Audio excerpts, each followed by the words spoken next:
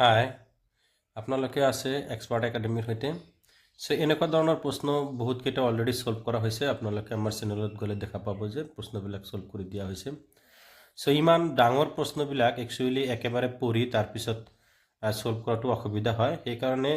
step বাই step পঢ়িব লাগে আৰু এনসাৰ কৰিব লাগে so in a 5 digit number so let 5 digit number is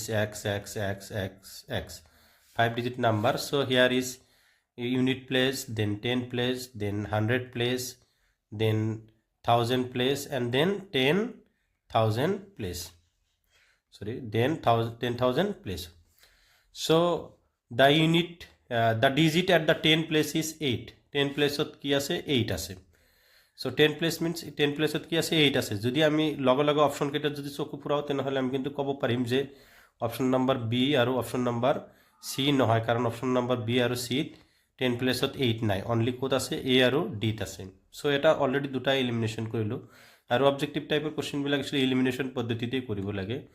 then দিয়া আছে unit digit at the unit place is 1/4 of the digit at the 10 place 10 প্লেসত 1/4 বুলি কৈছে 10 প্লেসৰ 1/4 দ্যাট মিন্স কিমান হ'ব 2 হ'ব মানে 8 ক